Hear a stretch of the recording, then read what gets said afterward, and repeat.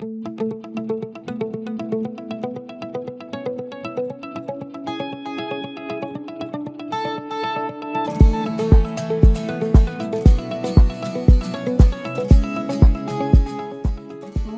buenos días o tardes a todos los que nos están escuchando. Tengo el placer de presentar a Todd, un gran amigo, una persona muy importante para todos nosotros. Todd, si pudiéramos hablar de su trayectoria, nos tomaría mucho tiempo. Todd trabajó durante 25 años en uno de los laboratorios de investigación y desarrollo más importantes del mundo, Los Álamos. Ha escrito muchos libros que realmente son muy importantes. Pre-Accident Investigations, los 5 principios de desempeño humano, que ahora les vamos a dar una muy buena noticia. Do Safety Differently, que lo escribió en conjunto con Sidney Dekker. When the Worst Accident Happens, que también es otro de sus libros, los he leído todos, y tiene un maravilloso podcast que sale 2 veces a la semana y que realmente vale la pena escuchar. Para mí ha sido un referente, me ha ayudado mucho a entender esta disciplina, me ha acompañado en mis pensamientos y por eso quisimos invitarlo hoy. Todd, psicólogo, tiene un doctorado en comportamiento organizacional de la Universidad de Nuevo México y bueno, todas las elementos asociados a su carrera. Voy entonces a invitar a Todd. Hi, Todd. Hola, Hello. Gracias por estar con nosotros en este espacio, Todd. Esperamos tenerte en persona Ah, pronto en Colombia. tenemos un proyecto juntos. Yes. Nosotros libros. Sí, también tenemos un proyecto juntos. Tenemos un proyecto juntos. es un placer estar aquí. Muchas gracias por tu tiempo. Estamos muy felices de tenerte con nosotros. Gracias por estar con nosotros en este espacio. Esperamos tenerte en persona pronto en Colombia. Por favor, En persona. por favor, por favor, me encanta Colombia. La gente, la música. Todd, iniciemos nuestra conversación alrededor de estos principios sobre desempeño humano. Mientras más pienso en ellos, más los entiendo como bases fundamentales para el desempeño en nuestras organizaciones y creo que es un aspecto que tenemos que conversar abiertamente. Creo que primero tenemos que comenzar con un resumen breve de lo que es un principio, porque se me hace que a veces es un concepto difícil. Y yo lo veo un poco así, Patricia. Si la organización es un río, siempre está en movimiento, se está moviendo hacia adelante, está constantemente cambiando. Hay partes que son tranquilas, partes que están llenas de corrientes turbias. Es un río, la organización siempre se está moviendo. Entonces los principios serían como las orillas de, de ese río que lo contienen a la organización en su área. Entonces estos principios proveen una guía de cómo se mueve la organización hacia adelante, hacia la incertidumbre. ¿Qué es lo que hace toda organización? Se mueve hacia adelante, hacia la incertidumbre. Y estos 5 principios sencillos son parte de un viaje largo que muchas personas, como usted y yo, hemos tomado para entender cómo crear un ambiente, cómo construimos una organización que puede funcionar en un mundo complejo con éxito. Y estas 5 ideas se convirtieron en una parte grande de esta discusión y comienza fundamentalmente con la idea de que las personas son humanas y como son humanas pueden cometer errores. Entonces no podemos construir un sistema que espera o exige, debo decir, que las personas se desempeñen perfectamente siempre que hacen el trabajo. Algo que es interesante en Colombia, pero en el resto del mundo, es cuántas cosas críticas manejan las empresas, cosas que son críticas para la seguridad, el ambiente, la producción, la utilidad y la satisfacción al cliente. Todas esas cosas coexisten y vivimos en un mundo que está lleno de incertidumbre. Y las personas cometen errores, los cometen todo el tiempo. De hecho, las mejores personas de su organización probablemente cometerán la mayor cantidad de errores porque las mejores personas probablemente hacen el trabajo más complejo en las situaciones más difíciles. Si tienen un proyecto difícil, no envían al nuevo, envían al que tiene más experiencia, porque eso casi que garantiza el éxito. Y como las personas cometen errores, es nuestro trabajo en las organizaciones no construir sistemas que esperen perfección, sino lo contrario, construir sistemas que esperan fracasos. Esperamos que las personas cometan errores, que presionen el botón equivocado, que tomen el giro equivocado. Esperamos que las personas tomen una decisión equivocada, porque eso es parte del viaje de ser humanos. Y la clave en la que pienso cuando pienso en los principios es que los errores son normales y como son normales no son muy interesantes y como no son muy interesantes debemos construirlos como parte del sistema. Así que nuestro trabajo es crear un ámbito laboral que pueda enfrentar esos errores y no uno que colapse ante los errores.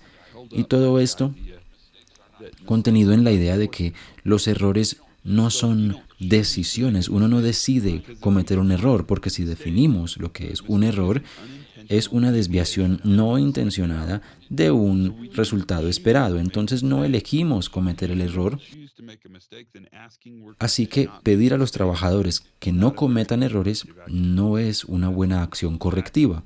Eso es lo importante. Y creo que fundamentalmente ese es el cimiento sobre el cual toda buena organización se construye, que el fracaso no es lo contrario al éxito. El fracaso es un componente importante para entender cómo lograr el éxito. Comprender cómo tener éxito en nuestras organizaciones es muy interesante. No podemos esperar no tener fallas, no cometer errores. Es un principio fundamental para poder avanzar. Esto tiene que ser parte de nuestra conversación y tenemos que estar preparados para tenerla. No siempre serán buenas noticias, tenemos buenas noticias, malas noticias. Me tomó algún tiempo comprender, leer y analizar estos principios. Y la invitación es a mantener estas conversaciones permanentemente. No esperemos diseñar procesos perfectos. Creo que estás totalmente acertada. Una de las cosas que trato de recordar es que si diseñamos un proceso que espera que la persona sea perfecta, ese proceso fracasará y a menudo catastróficamente. Así que si no queremos tener fracasos grandes, horribles, catastróficos, tenemos que diseñar sistemas que esperen los fracasos, que estén preparados para ellos. Pero para llegar allá tenemos que pensar en el segundo principio. Es extraño cómo el primer y segundo principios están tan cercanos, son como primos, existen juntos. Y el segundo principio es la idea de que el asignar culpa, el culpar, no soluciona nada. Y para los colombianos que están escuchando esta conversación, yo sugeriría que es aún más importante decir que la culpa impide el mejoramiento. Entonces, algo de lo que tenemos que ser conscientes en nuestras organizaciones, sean grandes o pequeñas, es que nuestra meta en cualquier organización es mejorar. Siempre queremos continuamente mejorar. Si recuerdan algo de el esfuerzo de calidad que sucede en el mundo, o W. Edwards Deming, se habla de el espíritu de mejoramiento continuo. Y lo que es asombroso es que solo mejoramos si entendemos que culpar a las personas nos impide aprender. Cuando sucede algo mal y encontramos a una persona que hizo algo malo, que siempre es cierto, si sucedió algo malo, alguien cometió un error, tuvo un mal juicio, giraron a la izquierda en lugar de girar a la derecha. Eso siempre es cierto, es una parte de todos los accidentes, pero también es una parte de casi todos los éxitos. Entonces, cuando algo sucede mal y buscamos a la persona que hizo algo malo, si nos detenemos, cuando encontramos a esa persona, pues lo único que aprendemos es qué persona hizo algo mal. Lo que queremos entender es cómo puede una acción causar tanta consecuencia? Entonces, si se acercan a mí y me dicen, en mi compañía un trabajador cometió un error y tuvo un resultado muy, muy serio, la parte menos interesante de lo que acabas de decir es que el trabajador cometió un error, porque los errores son normales y no son decisiones, ya lo discutimos. Lo más interesante es cómo puede un error causar tanto daño. ¿Qué tan frágil es nuestro sistema que un error puede causar tanto fracaso catastrófico? Así que es más interesante mirar más allá de la culpa para entender el sistema, porque el sistema que rodea al trabajador es la parte de la organización que nos permite fracasar de manera segura o aprender y mejorar, que es tan importante para la vida de cualquier organización. Y solo a medida que cambia el mundo a nuestro alrededor, se hace más importante. Y debemos entender que esa idea de culpar a las personas se siente como si hubiéramos hecho algo. Hay alguna satisfacción en culpar a una persona mala, pero en realidad no nos dice mucho, solo nos dice que una persona cometió un error. De acuerdo. Cuando le doy una mirada a las investigaciones de incidentes, accidentes, la mayoría de las veces están centradas en la persona, en la culpa, lo que la persona hizo o dejó de hacer. Ese es un camino fácil, sin embargo, estamos dejando de aprender. Hace algunos días, una publicación en la cual entrevistaron un gran número de trabajadores, el hallazgo principal fue el miedo. Las personas sentimos miedo de aceptar que cometemos errores, tememos las consecuencias y algunas veces creamos un ambiente en donde la culpa está presente. Volvemos entonces a los dos principios. Las personas cometemos errores y la culpa no soluciona nada, y cómo estos principios están conectados uno con el otro. Pero creo que dijiste algo muy importante y muy brillante, y me impresionas, y es que si creamos un ambiente donde hay mucha culpa, incrementamos el temor, y lo que sucede cuando hay mucho temor en una organización es que el liderazgo sabe menos acerca de las operaciones, y saber menos acerca de cómo funciona la compañía o la organización no te hace más fuerte, te hace más débil. Saber más te hace más fuerte, saber menos te hace más débil. Entonces, queremos construir un ambiente donde las personas pueden hablar, y la única manera en que podemos hablar es que tenemos que sentirnos psicológicamente seguros, a salvo. Y la única manera en que podemos sentirnos psicológicamente a salvo es que no hayan temores de repercusiones o de culpa. Así que eso es una parte importante de cómo discutimos estas cosas. El principio número 1, las personas cometen errores. Principio número 2, la culpa no arregla nada. Y el principio número 3, conecta esas primeras dos. Y es la idea de que el aprendizaje es vital para el éxito operacional. Así que no sé cómo decir esto, aparte de decir que las organizaciones, por definición, deben aprender. Si la organización deja de aprender, la organización deja de existir. Eso suena muy serio, pero también es muy cierto que lo que nos mantiene vivos, a ti y a mí, a diario, para pararnos a disfrutar el mundo, es nuestra habilidad constante de aprender. Cada día somos un poquito más inteligentes. Así que aprender es la clave, no de la seguridad ni del cumplimiento ambiental, sino para todo, para todo. Y en el momento en que dejamos de aprender, ese es probablemente el momento en que dejamos de vivir. Eso suena muy romántico o un poco temeroso, pero creo que probablemente es cierto.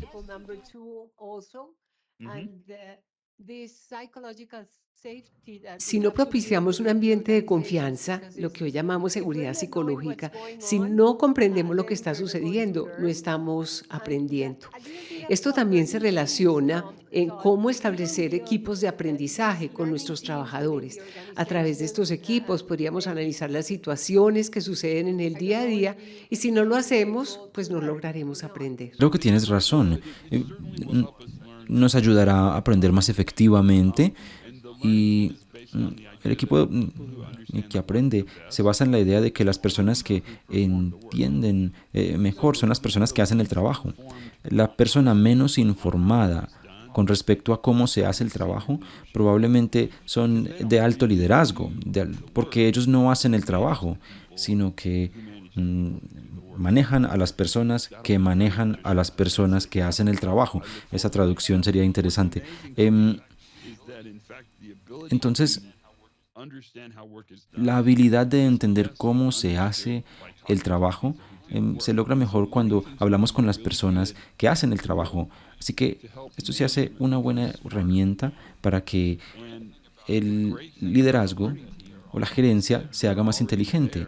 Esas personas ya están ahí, ya trabajan en la organización, tienen tanta experticia con respecto a cómo se hace el trabajo y están disponibles a veces 24 horas al día, 7 días a la semana. Es un recurso increíble. Es lo más cercano que se me ocurre que se acerque a un set de datos predictivos. En el mundo de seguridad se habla todo el tiempo de que queremos buscar indicadores